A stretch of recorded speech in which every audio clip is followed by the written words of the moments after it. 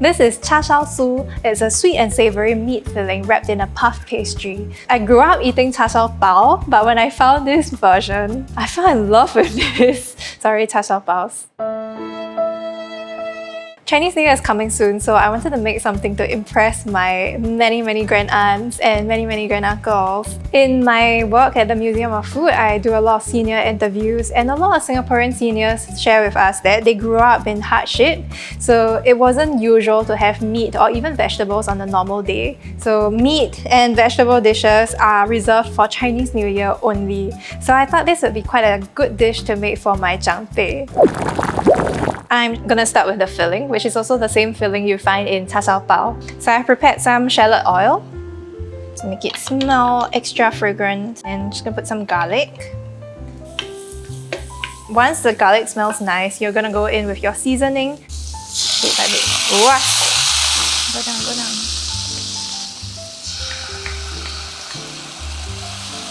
And then before everything burns, let's add some water. There's actually a lot of sugar in it, but that's what makes it nice. You can of course make your char siu from scratch, but I usually just buy that. Just gonna cook it for a while. Right now it's very liquidy, and we just want this to be a bit more of a thick sauce so that we can wrap it in the pastry. To thicken this, I have some starch, and then I'm just gonna put some water first so that it doesn't clump up when we add it in. So I've used cornstarch. You can use a mixture of corn and say potato starch, and watch it thicken. And once your starch becomes clear, so no more whiteness, that means the starch is fully cooked. So I think it's pretty much done. So the thing I love about Chinese pastries is usually you're wrapping something in another thing, and usually the thing you're wrapping inside is already cooked, is already prepped. So it's very hard for this to go wrong because you can taste it first. Not too much of the starch slurry. Okay, tastes like Char Siew Pao. I like it a little bit on the sweet side, but I don't recommend cutting too much because the char siu needs sugar to taste good. Of course, you can use like chicken char siu, braised tau kwa, tofu, or even mushrooms. I think mushrooms are quite meaty, so it could work. Maybe you just want to marinate this beforehand so that there's a bit more flavor. For Chinese pastry, this is what we call shui you pi and you su. Shui you and pi. So shui is water, you is oil, and pi is just skin. The you su is the part where it's the fat. The fat is usually thickened with flour so that it's more workable in a Chinese pastries environment. So you imagine your dim sum chefs, they're in this hot kitchen, there's a lot going on, and they can still make this wonderful pastry. So if they can do it, you can do it at home also. I will start with the oil dough first because in Singapore, we know it's very hot. So we need some time for this to cool and stiffen up. So we have some cake flour, lard. So lard, optional. It adds more fragrance. It's actually quite stiff in the fridge, but out here, it's softened really quickly. And then we have butter. I guess for Chinese pastry, you can use a lot of different oils, a lot of different fats. You can use butter, you can use lard. There's also shortening for a vegetarian option. Should have picked a bigger bowl, but it's okay. Treat this like a short crust pastry. Basically, you're rubbing the fat into the flour. Okay, let's just tip this out. This is like half of the dough that we need to work with today.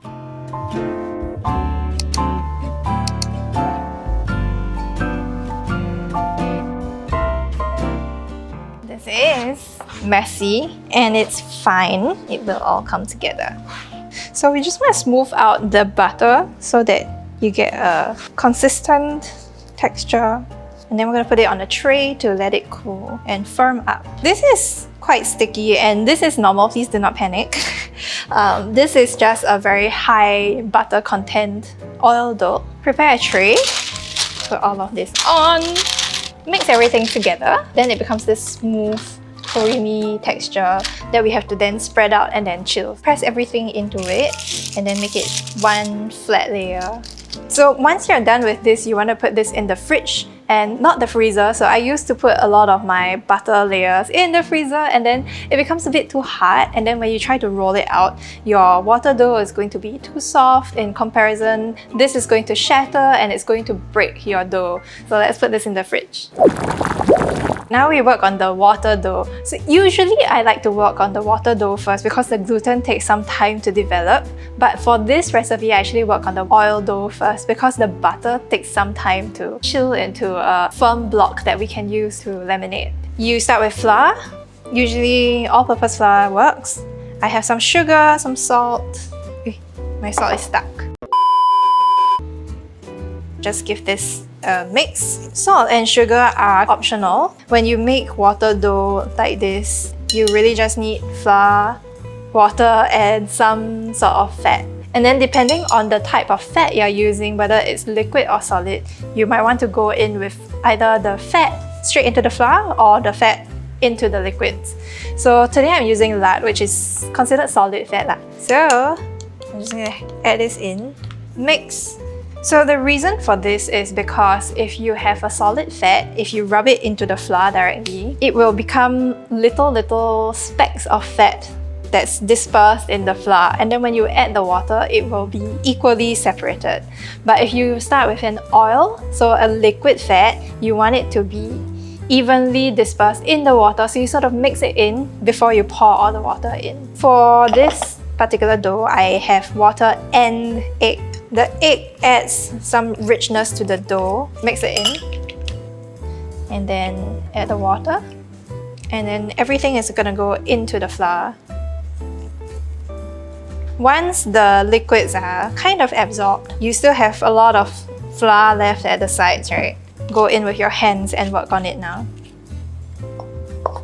We are going to just press and work. But this one is a much higher water content dough, so it's going to stretch and you want to build a bit of that gluten. For this dough, if it starts out a little bit sticky, it's okay, it's normal. Don't panic and add more flour. It will start to absorb all the liquids, and then at some point it will be a workable dough. And then we just want to keep working on it so that it has some muscle. It can stretch a bit better when we try to laminate the dough itself and to put all the layers of fat in between. So gluten in Chinese is called 面筋. 筋 is like your muscle. So 面 is the dough, right? So gluten is basically the muscle of a dough.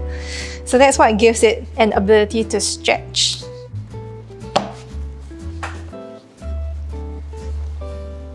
Once it's smooth-ish, just tidy the dough.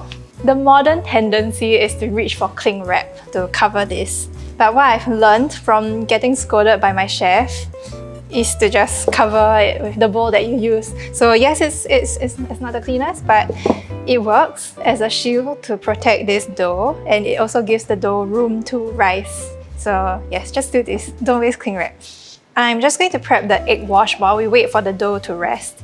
Egg washes come in many different forms, and for this one we use egg yolk wash. You just want a pinch of salt to kind of break up the yolk. And then to this, so you just want to dilute this with a little bit of water.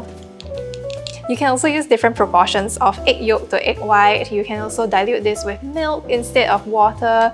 There's a lot of ways to play around with egg wash. The dough has been resting for a while in its little dome.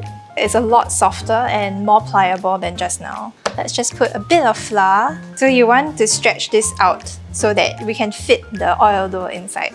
As I stretch it out, you can see that it's actually shrinking back, which means the gluten is not ready. It needs a bit more time to rest.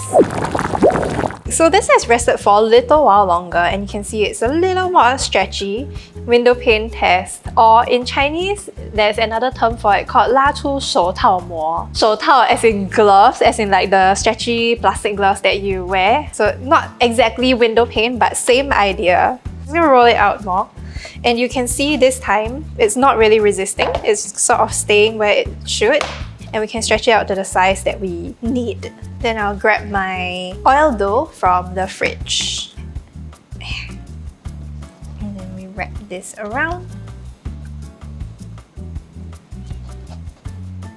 So what you want is to kind of feel for the texture.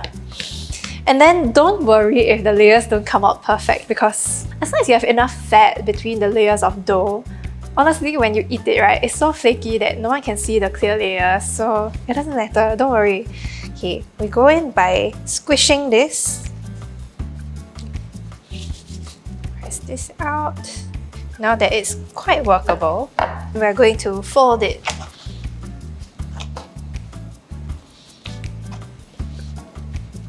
So at this point, we've folded it twice, once in thirds and then another time in quarters. And you can see that when I try to press it, it doesn't stretch out anymore. So that means the gluten needs more time to relax again. It has been stretched too far. So I'm just trying to flatten this out a little bit more so that it chills at a pretty steady state. You want the inside to be as cold as the outside, otherwise the texture is going to be different and then it's not going to roll out very nicely.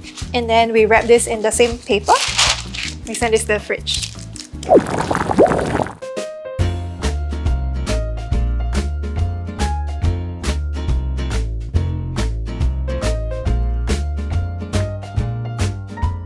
As you roll this out, you just want to make sure that it doesn't stick. So just keep checking on your dough, baby.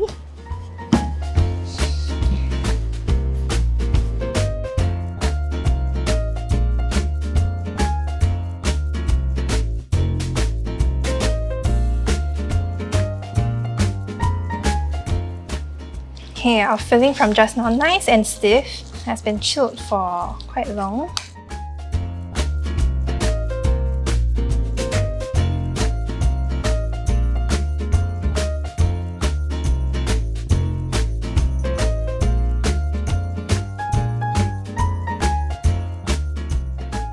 I have a question for you. 豆沙跟叉烧每次打架，谁赢？豆沙，因为叉烧输。I asked my grandmother and she said it's not funny. Please don't ban me from the Meatmen channel.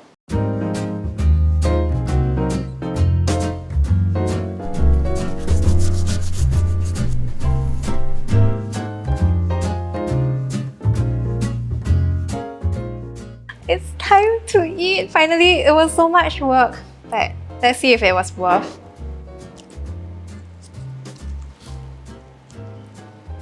Very flaky. The filling is nice and sweet, just like how I like it. And you can taste the butter and the lard in the crust. So it's extremely high fat, but that's what makes it so good. When I was handling the pastry, the layers kind of seemed like it was too much butter to handle, you know. We were trying to put so much fat there in between those layers, but once you see the layers come out and how flaky it is, it actually turns out so nice and crunchy that it was worth it. It's best served fresh, but you can keep it for a few days if you can't finish it, but I doubt that will happen. If you want to learn how to make more Chinese pastries, you can check out my book, Chinese Pastry School, and stay tuned for more recipe videos. What am I making next? Someone requested Bae Teh Saw. The year of the Bae is coming, so that's gonna be next. Bye!